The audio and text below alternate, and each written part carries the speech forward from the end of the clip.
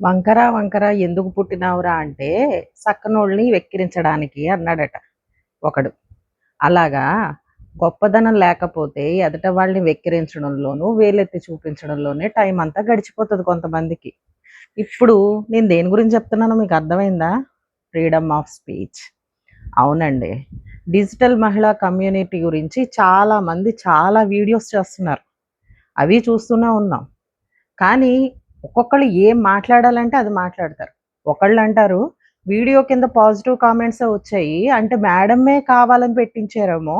ఎందుకంటే ఒక negative comment కూడా లేదు కాబట్టి అని అంటారు. ఇంకొకళ్ళు అంటారు, అన్ని నెగెటివ్ కామెంట్సే ఉన్నాయి. అంటే ఎంతమంది నష్టపోయారో కదా అన్ని నెగెటివ్ కామెంట్స్ వచ్చాయి అంటే. అంటే నాలుకకి నరం లేదండి. ఎటు కావాలంటే మనం అటు మాట్లాడొచ్చు. ఇంకొకళ్ళు అంటారు, అరే! మన ఇంటికి, మన గ్రూప్‌కి మనం లాక్ పెట్టుకోవడం కూడా తప్పంటే ఎలా అండి? అంటే ఇంట్లోకి ఎవరో చొరబడుతున్నారని తెలిసాక కూడా మనం లాక్ వేసుకోపోతే అది మన మూర్ఖత్వం అవుతదా? వచ్చేవాళ్ళదవుతదా? నీ ఇంటికి నువ్వు లాకేసుకోవడం కూడా తప్పే. ఫ్రీడమ్ ఆఫ్ స్పీచ్‌ని మరీ ఇంత దారుణంగా వాడుకోవాలంటారా? ఇక పెయిడ్ ఆర్టిస్ట్‌లట. ఎవరండి పెయిడ్ ఆర్టిస్ట్‌లు?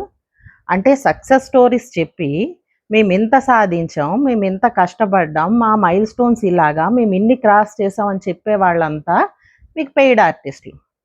అలా కాకుండా మాకు ఈ కమ్యూనిటీలో జాయిన్ అయినా అంతా లాసే జరిగింది అన్న వాళ్ళంతా మీకు బార్న్ ఆర్టిస్టులు. అంతే కదా మీరు చెప్పేది? ఇప్పుడు ఎంఎస్ఎంఈ లోన్స్ గురించే ఉన్నాయి చూడండి. అది 2006లో యాక్ట్ వస్తే 2007 నుంచి ఇంప్లిమెంట్ అవుతుంది. ఇప్పుడు రీసెంట్‌గా వచ్చిందేం కాదు గదా! మరి అది ఉన్నా సరే కమ్యూనిటీలో ఇంకా జాయిన్ అవుతున్నారు అనంటే లోపం ఎక్కడుందంటారు? ఎంఎస్ఎంఈ లోన్స్ తీసుకోవచ్చు. తప్పని నేను అనట్లేదు. కానీ తీసుకునే ధైర్యం ఉండాలి కదా! నేను చెయ్యగలనా అన్న భయం ఉంటుంది కదా! ఒక పాజిటివ్ కమ్యూనిటీ సపోర్ట్ ఉండాలి కదా! కింద పడినా పైకి లేపేవాళ్ళు ఉండాలి కదా! అలా ఉంటే ఎంతమందైనా తీసుకుంటారండి. మాకు ఈ కమ్యూనిటీలో ఆ సపోర్ట్ ఉంది. మేము లోన్స్ తీసుకొని లోన్స్ కట్టడానికి పరిగెట్టం. మా బిజినెస్‌ని పరిగెట్టించిన తర్వాత లోన్స్ తీసుకుంటాం. ఆ ఒక్క విషయం మీరు అర్థం చేసుకుంటే మంచిది. మా కమ్యూనిటీలో చాలామందున్నారు. ఒక బ్రాహ్మణ్ ఫ్యామిలీలో పుట్టిన ఆవిడ స్పిరిచ్యువల్ సైకాలజీ చేసి కూడా ఇంటి పట్టునే పద్ధతిగా ఉన్నారు. ఆవిడకి చాలా నాలెడ్జ్ ఉంది. కానీ జూమ్ ప్లాట్‌ఫార్మ్ అంటే తెలీదు. ఇన్‌స్టా అకౌంట్ అంటే తెలీదు. తన ఉన్న నాలెడ్జ్‌ని ఎలా ప్రమోట్ చేసుకోవాలో తెలీదు. ఈరోజు ఆవిడొచ్చి కమ్యూనిటీలో నెలకి 50,000 నుండి ₹1,00,000 సంపాదిస్తూ వాళ్ళ ఫ్యామిలీకి సపోర్ట్ చేస్తున్నారు. ఎందుకంటే ఆవిడ ధైర్యం. చుట్టూ positive community and positive mind set ఉంది. పడిపోతే లేపేవాళ్ళున్నారు. మరి ఇది ఆ ఫ్యామిలీకి ఎంత ఉపయోగం అండి? బీఎడ్ చేసిన వాళ్ళున్నారు. గ్రూప్స్ రాసిన వాళ్ళున్నారు. ఆఖరికి సాఫ్ట్‌వేర్ ఉద్యోగులు కూడా. ఆ ఉద్యోగం చేయలేక ఫ్యామిలీ రెస్పాన్సిబిలిటీని లీడ్ చేయక మాకు ఓన్‌గా బిజినెస్ ఏదన్నా ఉంటే చేసుకుంటే మంచిది అనేవాళ్ళు కూడా ఉన్నారు. అంతేకాదు చదువులేని వాళ్ళు కూడా ఉన్నారు మా వాళ్ళు.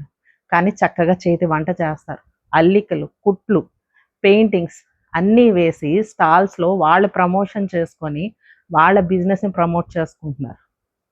ఎక్కడొస్తుందండి ఇదంతా? ఇప్పుడు వాళ్ళ హస్బెండ్సే ఆ స్టాల్స్‌లో వీళ్ళకి సపోర్టర్‌గా నిలబడుతున్నారు. ఒకప్పుడు కాదన్న వాళ్ళే. ఇవన్నీ మీకు కనిపించట్లేదనుకుంటా. అంతే కదా! మీరు మాట్లాడేదన్నీ అలాగే ఉన్నాయి కదా! ఏదైనానండి మాకు డిజిటల్ మహిళా కమ్యూనిటీకొచ్చాక మాలో కాన్ఫిడెన్స్ వచ్చింది. నేను సాధించగలను అన్న ధైర్యం వచ్చింది. ఈ ధైర్యాన్ని మా నుంచి ఎవ్వరు తీసుకోలేరు. అది మాత్రం నేనొక్కటి చెప్తున్నాను. I am proud to be a digital మహిళ. Thank you అశ్లేషమ్మ.